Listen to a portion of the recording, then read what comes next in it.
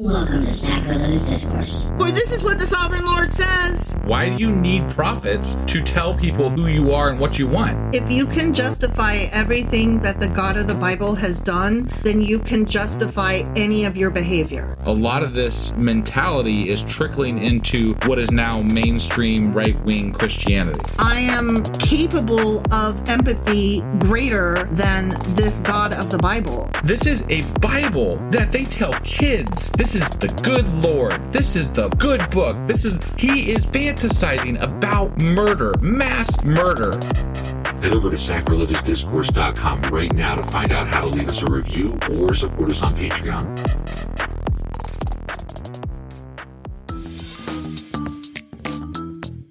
Hey there, sinners and saints. It's your favorite Bible-bashing duo from Sacrilegious Discourse, and we need your help. That's right, folks. We're raising funds for some heavenly equipment and a studio that doesn't sound like it's in the depths of hell. Our current setup, let's just say it's more apocalypse than audiophile. So if you want to hear us dissect the Bible without the background noise of demonic squirrels, chip in a few bucks. We're aiming for $5,000 to upgrade our audio and build a studio worthy of blasphemous banter.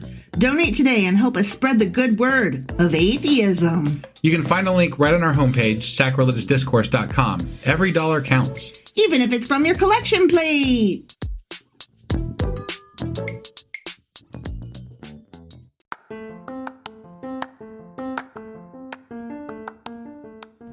Welcome to Sacrilegious Discourse. I'm husband. And I'm wife. Together, we're reading the Bible for the very first time. We grew up without religion and wanted to know what all the fuss was about. Well, what have we learned so far? That God is a dick, and apparently some people believe in talking donkeys. We're not trying to pass ourselves off as experts. Nope, we're just reading the Bible for the first time and giving our first take reaction. If you'd like to join us in this venture, you might consider starting at episode 1. Otherwise, jump in wherever you like. All right, let's go read the Bible. Yeah, let's get to it. Husband! Wife!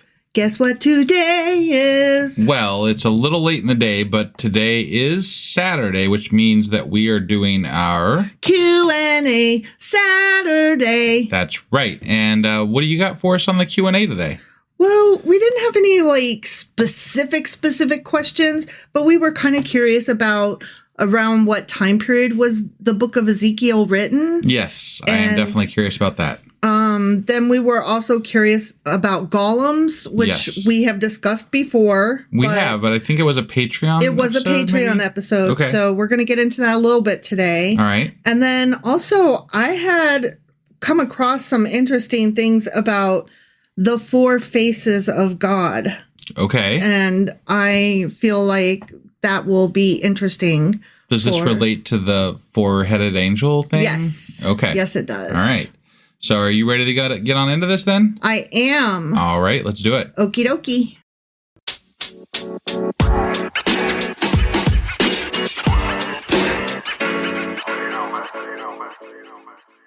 All right, let's get into this Q&A Saturday and talk about some shit about Ezekiel. Sounds good to me. Are you excited? I am excited. I can tell.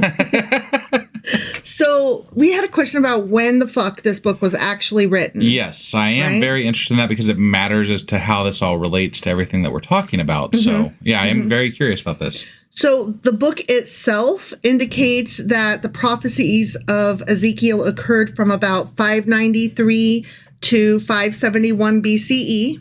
Okay. Right, which sounds like bullshit to me. Right. Now, there are a minority of scholars who have argued that the book was written during widely divergent periods. Such as in the 7th century and even as late as the 2nd century BCE. Okay. So bits of it were written, well, they were all, okay, so the bits of it were written in the right possible time frame, but much of it was probably written in the latter years. Added to, etc. Right. But most scholars accept that the main body of the book came from the 6th century BCE, which would have been the exact right time period. Okay. With the inclusion of some later additions and subtractions by redactors who remained loyal to the theological traditions of their master teacher.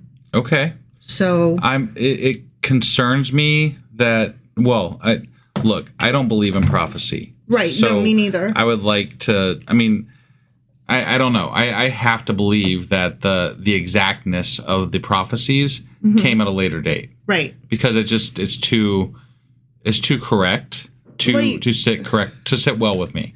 Like, what I think is that he probably wrote about things that were happening as they happened and then passed it on to his students, followers, whatever, acolytes, and they added to it through the years and went back and made it seem more prophetic than it actually was at the time. What I honestly think that dude had some sort of fever dream, and that's where, like, he wrote that down, you know, like the fucking angel, four-headed angel with wheels in the sky. Yeah. And all that crap. And then his followers probably were like, well, we could turn, like, it probably happened soon enough before the fall of Jerusalem that they were like, well, we could turn this into a prophecy. Right, because it's so weird. Why not make it a magical hooey thing? Sure.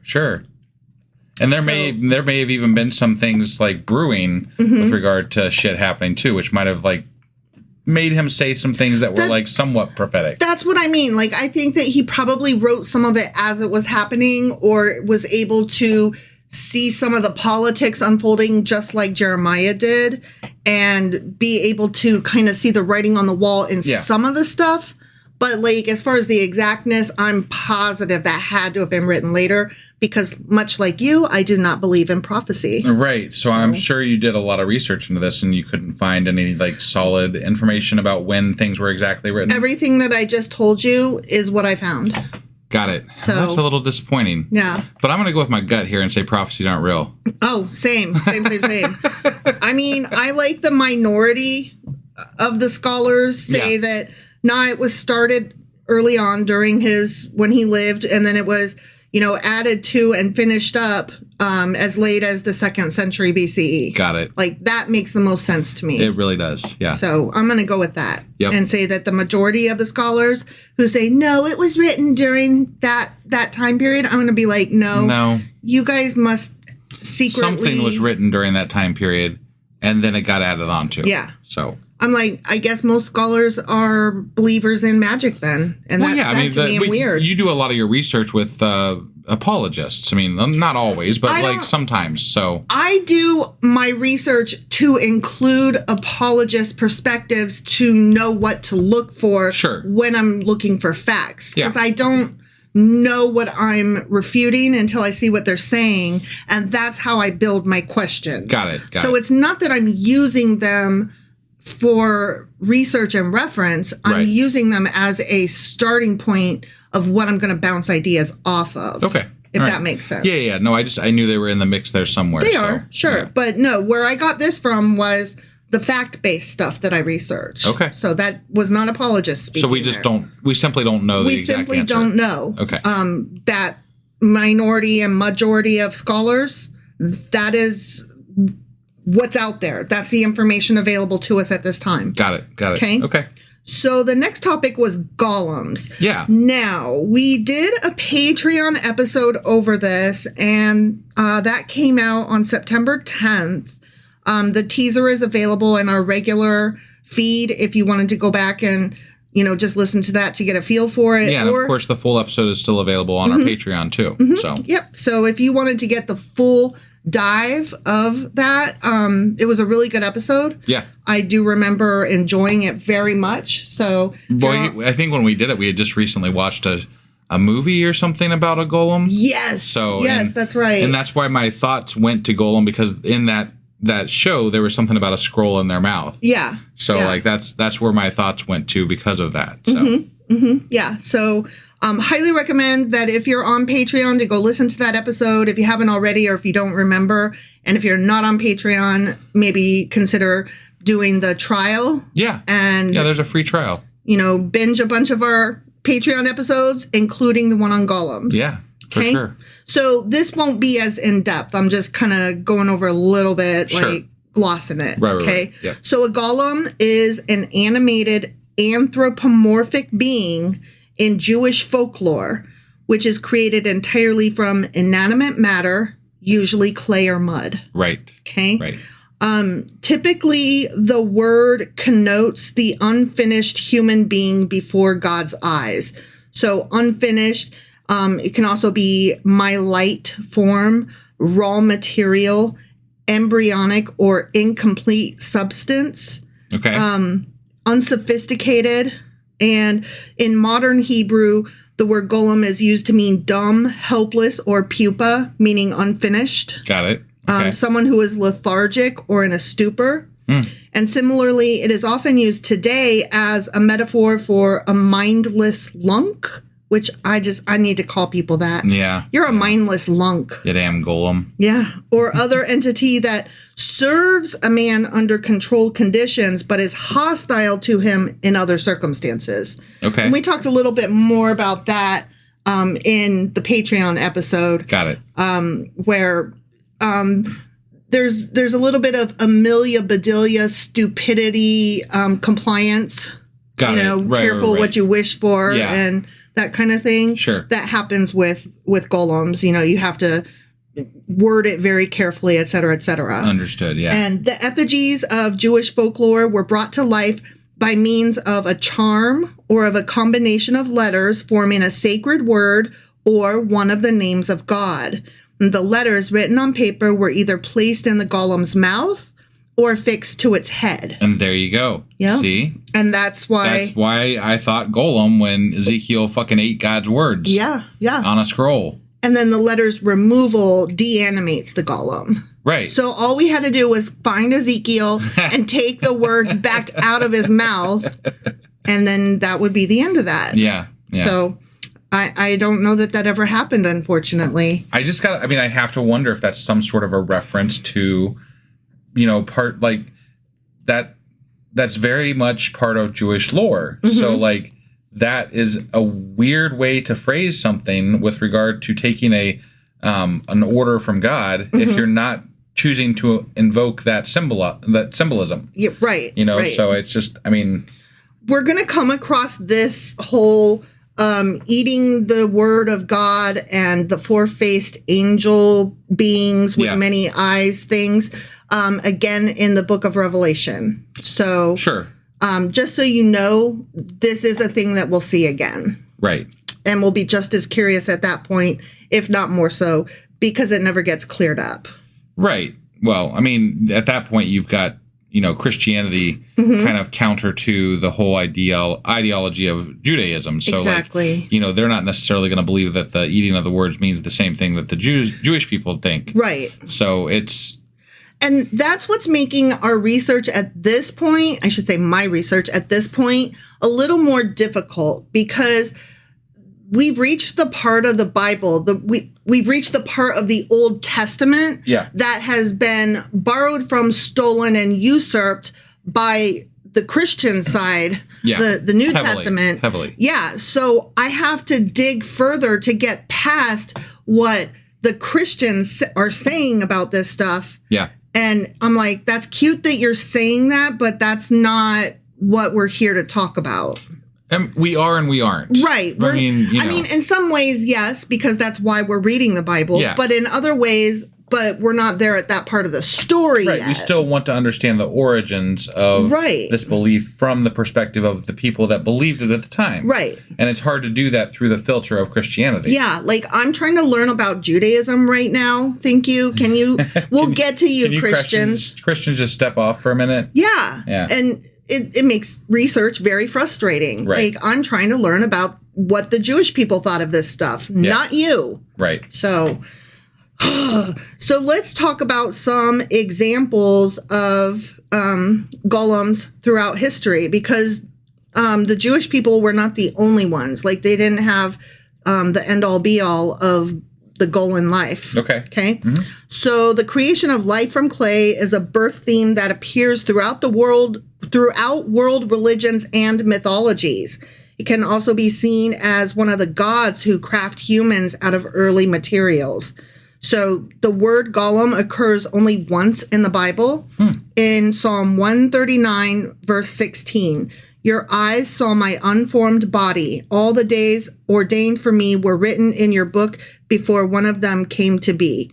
Okay? Okay. And then if you read Genesis chapter 2, verse 7. Yeah. Then the Lord formed a man from the dust of the ground and breathed into his nostrils the breath of life, and the man became a living being. Sure. That's like the sole definition of a golem. Right. So there it is. Yep. Now the Quran states, we did create from a quintessence of clay. Man, we did create from a quintessence of clay.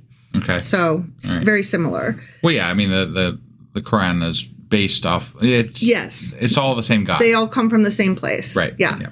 So the Epic of Gilgamesh, which, the Bible steals from a lot, states that the goddess Aruru created humans out of clay. Okay. So that's interesting. Right.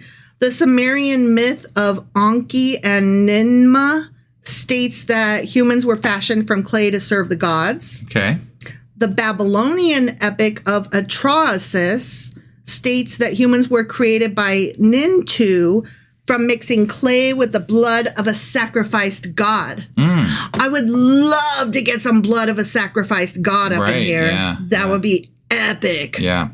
Okay, the Egyptian god Khnum is said to create human children from clay before placing them into their mother's womb. Oh, isn't that cute? That's cute. In Greek mythology, Prometheus, he's the guy that stole fire from the gods and gave it to humans because he liked us for some reason. Right. He molded men out of water and earth. Okay. And then also in Greek mythology, Prometheus molds a clay statue of Athena, the goddess of wisdom. Okay. And then Pandora, one more time from Greek mythology, was fashioned from clay. Got it. Yeah. Okay. All right. In Zoroastrian mythology, which was that one that we learned about just recently, that was Babylonian area, not Mesopotamia stuff. Yeah. First, the primordial ox Gavavadata, and subsequently the primordial human Gaiamort are created from mud by the supreme deity Ahura Mazda. Okay. Okay. Right, yeah. We have a Mazda. We do have a Mazda. Yep, we do. It's a good little car. It is. Okay, so now we're going to get into some Asian stuff, okay? Yeah. According to Chinese mythology, Nuwa molded figures from the yellow earth, giving them life and the ability to bear children. Okay. In the Korean Sangut narrative, humans are created from red clay. Okay. In Vietnamese mythology, the Ngok Hoang and the 12 Ba Mai created people from clay. Okay.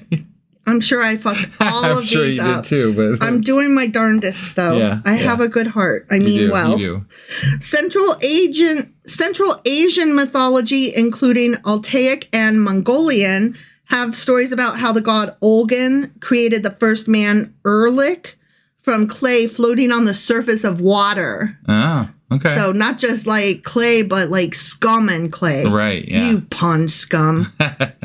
Now, according to Hindu mythology, Parvati, the mother of Ganesh, created her son from clay and turned the clay into flesh and blood.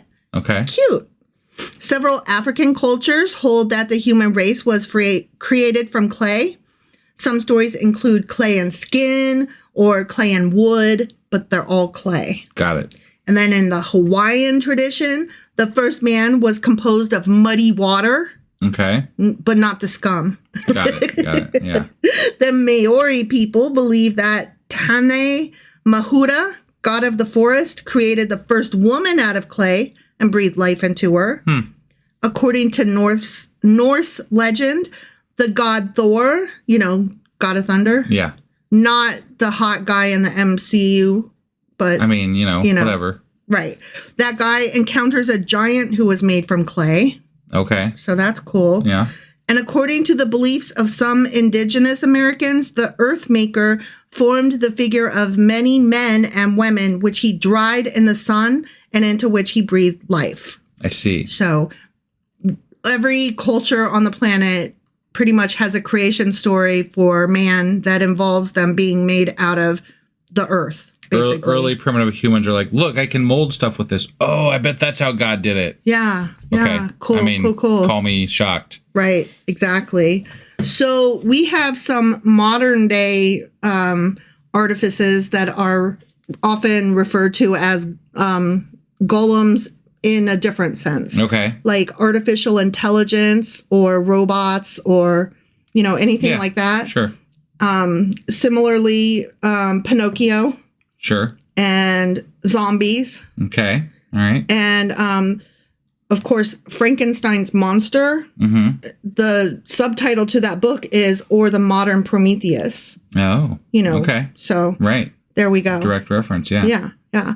So that is all I had to say about golems. Okay. Okay. All right. Like I said, for a more in-depth look at them, visit that Patreon episode. Right. Okay. But I'm just happy that, they eat scrolls, and I'm like, they do. That happened. They do eat look scrolls. how that happened in the things. Yep. And I'm like, that's cool. Yep. And it's going to happen again. But I asked every question I could think of. I could not find any reference to Ezekiel being referred to as a golem. So once again... You heard it here first. Yeah, we came up... I say we, but really it was husband, came up with this nifty idea that nobody else apparently has talked about on the webs.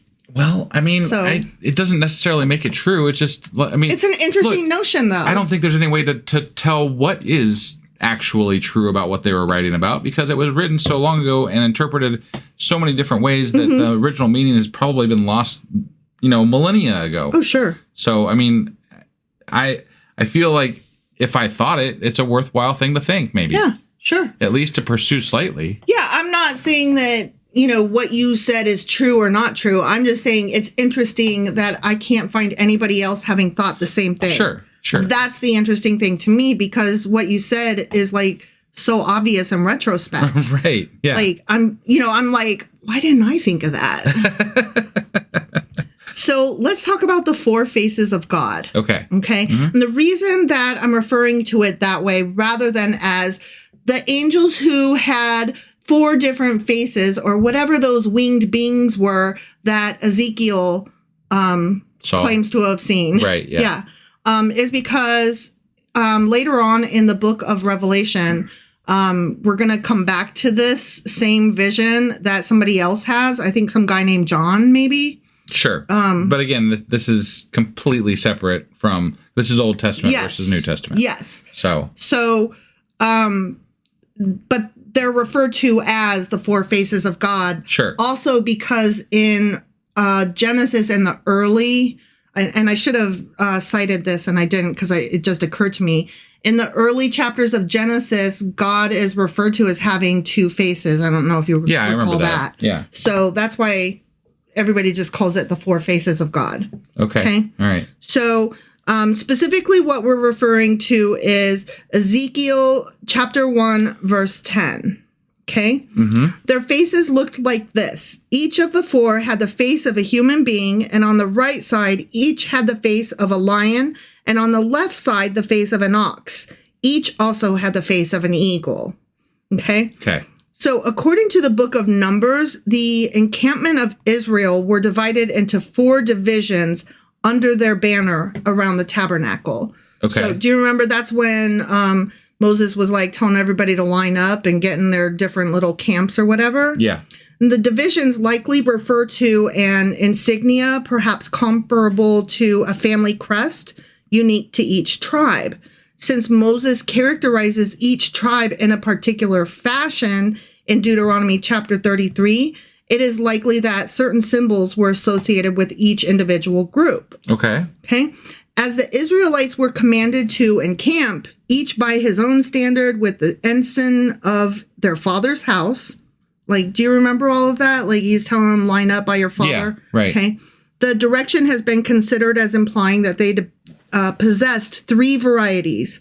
So 3 different flags, kind of like how here in America we'll have at the top of the flagpole is always the American flag. Yeah. Next might come the state flag, and then would come a college flag or what the fuck ever. Or whatever crazy conspiracy theory you follow. Right. Whatever interesting thing, but you always have the American flag and the state flag. Sure. And then all the other things. Yep. So that's what I'm referring to here when they possessed 3 varieties. Got it. Okay. Yeah. It would, number 1, be the great tribal standards, which served as rallying points for the 12 large clans of the people. And then number 2 would be the standards of the subdivided portions. And then 3 would be those of families or houses. Got it. Okay, so they had those similar to ours today. Yeah. Now, interestingly enough, the 4 divisions and their totemic symbols are the following. Reuben was standing to the south, and his flag, or according to Genesis chapter 29, verse 32, Leah became pregnant and gave birth to a son. She named him Reuben. And the name Reuben literally means, behold, a son. Got it. So he was on the south, and that would line up with the facing you of the 4-faced thing was man. Okay. All right. So Judah was on the east, and in Genesis 49, verse 9, Jacob says, "You are a lion's cub, Judah. You return from the prey, my son. Like a lion, he crouches and lies down. Like a lioness, who dares to rouse him?" And so that would put him on the east, which lines up with the lion on the angel thing. Okay. And then for Ephraim, we've got Genesis 33, chapter 33, verse 17. Moses says about Joseph, "In majesty, he is like a firstborn bull. His horns are the horns of a wild ox. With them, he will gore the nations, even those at the ends of the earth. Such are the 10,000s of Ephraim. Such are the thousands of Manasseh." Okay. So that's interesting. We've got those. Right. This one's a bit of a stretch, and I couldn't really make it work. Yes and no. Okay. Yeah. So Dan on the north. Okay. Yeah. We've got Genesis chapter 49, verse 17. Jacob says, "Dan will be a snake by the roadside, a viper along the path that bites the horse's heel so that its rider tumbles backward." Now, that's a snake. What we're missing is the eagle. Now, the flying eagle holding a serpent was their flag. And then later on, Jewish tradition says that the emblem of Dan was changed from a snake to a flying eagle. Which that matters because it's referred to that way in the book of Revelation. Got it. Vision. Okay. So does it match? Does it not match? Hypothetically, these 4 faces are to line up with the Israelites. The 4 main houses. The protectors, basically. The way they were facing for protection and all that. And the 4 main houses of Israel. Yeah. So the concept of the encampment of Israel around the tabernacle parallels the 4 living creatures around the throne. So now, this is interesting to me a little bit because at the time, hypothetically, of this being written, the other tribes of Israel were not necessarily still present, right, in the same form that they were, right. Like maybe I don't know how they felt about them back then, but definitely Judah had been the one that was taking over. So yeah, I don't know. Again, this is all just interesting stuff I found. Like, that's neat. I'm not saying that any of this is actually true or that that's what they were thinking. I just thought it was an interesting theory out there that I couldn't not mention. Yeah. Since somebody had gone to the trouble of finding these verses and lining them up. For sure. And I did check to make sure that the verses actually were what they were and not just like somebody telling you that. Because I don't know the verses well enough to, just take them at their word. Right. Yeah. So we have not memorized the Bible. No. So I did actually look them up, FYI. Okay.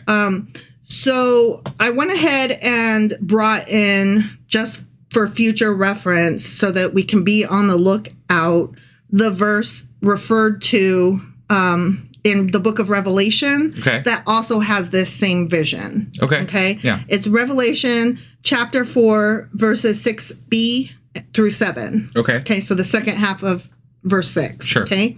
In the center around the throne were 4 living creatures, and they were covered with eyes in front and in back.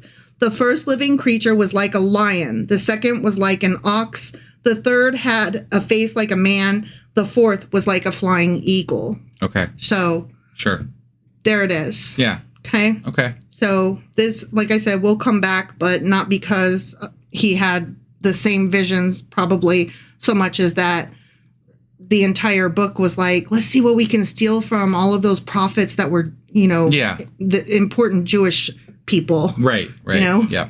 So that's all I have for today's Q&A. Okay. You did mention something to me here earlier today that we're looking to do a Patreon episode tomorrow. Mm-hmm. So you mentioned, what are we thinking about doing a Patreon on? I think we're going to talk about angels. Okay. Because that was going to be part of my Q&A. Like, what the fuck are these angelic things and, cherubim, seraphim? What the fuck? Yeah. But it's too big of a subject to just be part of a Q&A. Sure. It's a whole episode. It's a whole episode. So if you were thinking about signing up for that trial membership of of our Patreon, maybe wait till tomorrow. Well, it'll still be good tomorrow. Yeah. So you can get started today. Yeah, whatever. And then you can get the Gollum episode and hear what we have to say about angels. Yeah. Yeah, get the whole thing. Yeah. So, all right. Well, that sounds great. Mm-hmm. I'm looking forward to hearing about angels tomorrow, and after we get that done, I'll get the weekly wrap-up out, and then we'll be back on Monday with Ezekiel, or Easy Kyle, as I like to say, Chapter 6. All right. We'll see you then. Bye.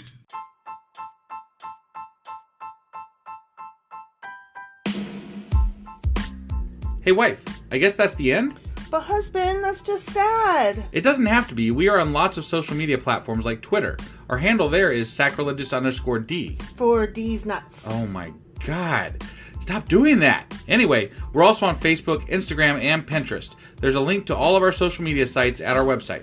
Ooh, we have a website? Yeah, it's sacrilegiousdiscourse.com, where you can also find a link to our merch shop.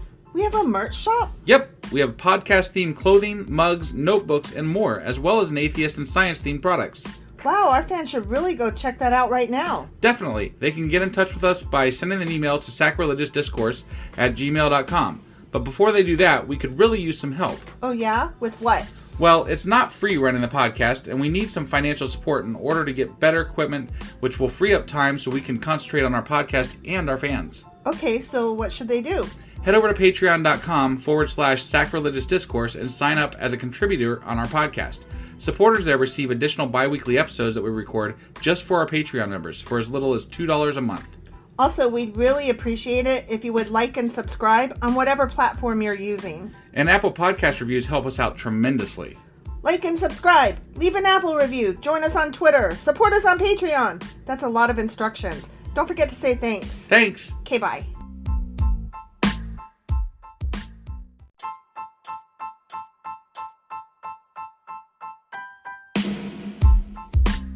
Hey, wife, I guess that's the end?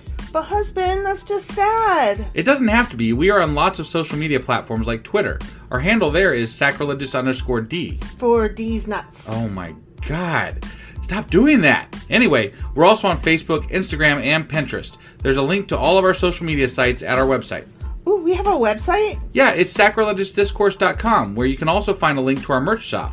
We have a merch shop? Yep, we have podcast-themed clothing, mugs, notebooks, and more, as well as an atheist and science-themed products.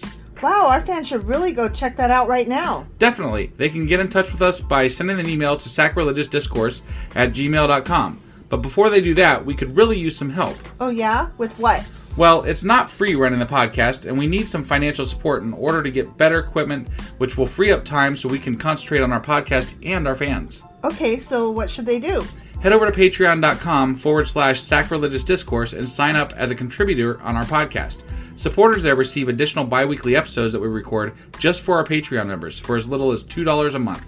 Also, we'd really appreciate it if you would like and subscribe on whatever platform you're using. And Apple Podcast reviews help us out tremendously.